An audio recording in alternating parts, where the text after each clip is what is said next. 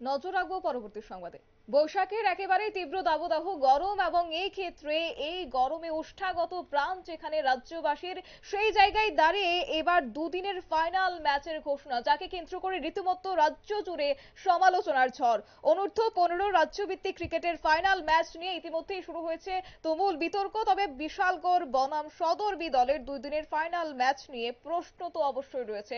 তবে সেই সম্পর্কে সরাসরি চলে যাব, আমাদের সাথে রয়েছে প্রতিনিধি বিপ্লব চন্দ্র, কি বলছে শুনবো। বিপ্লব দা, একদিকে গরম একেবারে প্রচন্ড এবং সেই জায়গায় দাঁড়িয়ে এবার দুদিনের ফাইনাল ম্যাচের ঘোষণা, কি বলবে এই সম্পর্কে? যে আসরটি নিয়ে কিন্তু এতদিন কোনো সমালোচনা হয়নি, অর্থাৎ যে 14টি দলের যে আসর, সেই আসরে কিন্তু মোট 41টি ম্যাচ অনুষ্ঠিত হয়েছে। গ্রুপ লিগের ম্যাচগুলো এবং সেমিফাইনাল ম্যাচগুলো ছিল একদিনের, কিন্তু আচমকাই কিন্তু রাজ্য ক্রিকেট সংস্থা এই ফাইনাল ম্যাচ সদর বিদন এবং বিশালগড়ের বিরুদ্ধে যে ম্যাচ, এই ফাইনাল ম্যাচ কিন্তু দুদিনের করানো হলো। এবং তাতে কিন্তু বিভিন্ন মহল থেকে কিন্তু প্রশ্ন উঠতে শুরু করেছে যে একইতে রয়েছে প্রচন্ড দাবদাহ এবং তার মাঝে দুদিনের এই ফাইনাল ম্যাচ, এবং দুদিনের ফাইনাল ম্যাচটি ঘিরে কতটুকু লাভবান হবে ক্রিকেটাররা, সে বিষয়ে কিন্তু অভিভাবক মহলে প্রশ্ন উঠতে শুরু করেছে।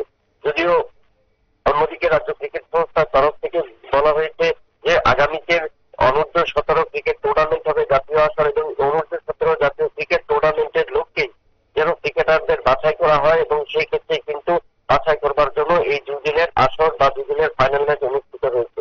এবং যে স্পষ্টীকরণ দিয়েছিল রাজ্য ক্রিকেট সংস্থা, তাতেও আরেকটা প্রশ্ন তুলেছে অভিভাবক মহল। তাদের দাবি, কারণ কেন এই দুটো দিনের এই ফাইনাল ম্যাচকে ঘিরে কেন সেখান থেকে দল বাছাই করা হবে, অর্থাৎ যেখানে 20টি দল অংশ নেওয়ার কথা সেখানে 19টি দল হয়েছে।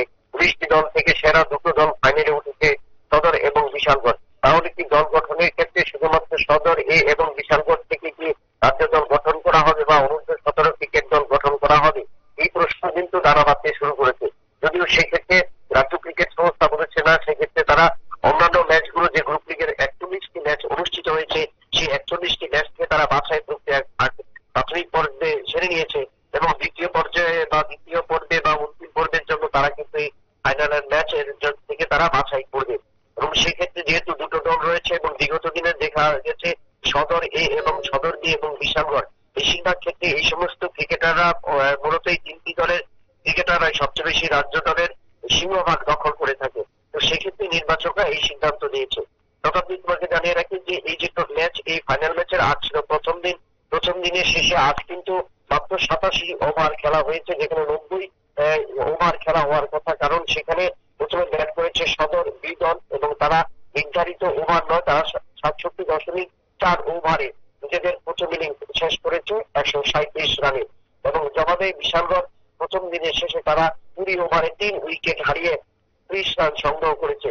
অর্থাৎ আগামীকাল দ্বিতীয় দিন, এবং আগামীকালকের এই দ্বিতীয় দিনে এখনো তোমার বিশালগড়কে যদি লিড নিতে হয়, সেক্ষেত্রে আরো 107 রান করতে হবে। যদিও 2 ইনিংসের খেলা হবে কিনা তা নিয়ে কিন্তু চিন্তিত রয়েছে দুটো দল থেকে শুরু করে রাজ্য ক্রিকেট সংস্থা। কারণ এই একদিবসীয় লড়াই বা যে নির্ধারিত 50 ওভারের ম্যাচ, সেটা গিয়ে দাঁড়িয়েছে 90 ওভারে, অর্থাৎ 180 ওভারে দুটো ইনিংস শেষ করবে, কিন্তু সেখানে কিন্তু কোনোভাবেই কিন্তু সম্ভব হবে না। এবং সেই ক্ষেত্রে প্রায় 1.5 দিনের মধ্যে কিন্তু ফয়সলা হয়ে যেতে পারে বলে মনে করা হচ্ছে। এবং যার কারণে কিন্তু এই যে অনূর্ধ্ব-15 ফাইনাল ম্যাচ, এবং তাকে নিয়ে কিন্তু অনেকটা প্রশ্নই কিন্তু উঠে এলো দুদিনের এই ফাইনাল ম্যাচকে নিয়ে। একদমই বিপ্লব, তো সেই জায়গায় দাঁড়িয়ে এই যে দুদিনের ম্যাচ ঘোষণা করা হয়েছে, তো সেই জায়গায় দাঁড়িয়ে একেবারে তো প্রখর রোদ, তো যারা মাঠে নামছেন ক্রিকেটাররা, তাদের স্বাভাবিকভাবে একটা অসুস্থ হওয়ার সম্ভাবনা রয়েছে। তো সেক্ষেত্রে কি আদতে কোনো ব্যবস্থা গ্রহণ করছেন ক্রিকেট সংস্থা, কি বলবে?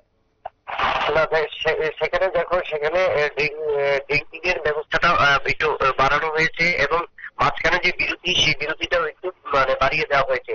কারণ নির্ধারিত সময়ে যখন খেলা শুরু হয় সেখানে 8:45-এ শুরু হয়, এবং লাঞ্চ টাইমে যেখানে 30 মিনিট ছিল সেখানে কিন্তু লাঞ্চ টাইমের সময়টাও একটু বাড়িয়ে দেওয়া হয়েছে। কারণ ইতিমধ্যে আমরা দেখছি যে গতকাল এবং আজ আমাদের এই যেটা, সেখানে কিন্তু 36 এবং 37 এই টেম্পারেচার কিন্তু পরিলক্ষিত হচ্ছে।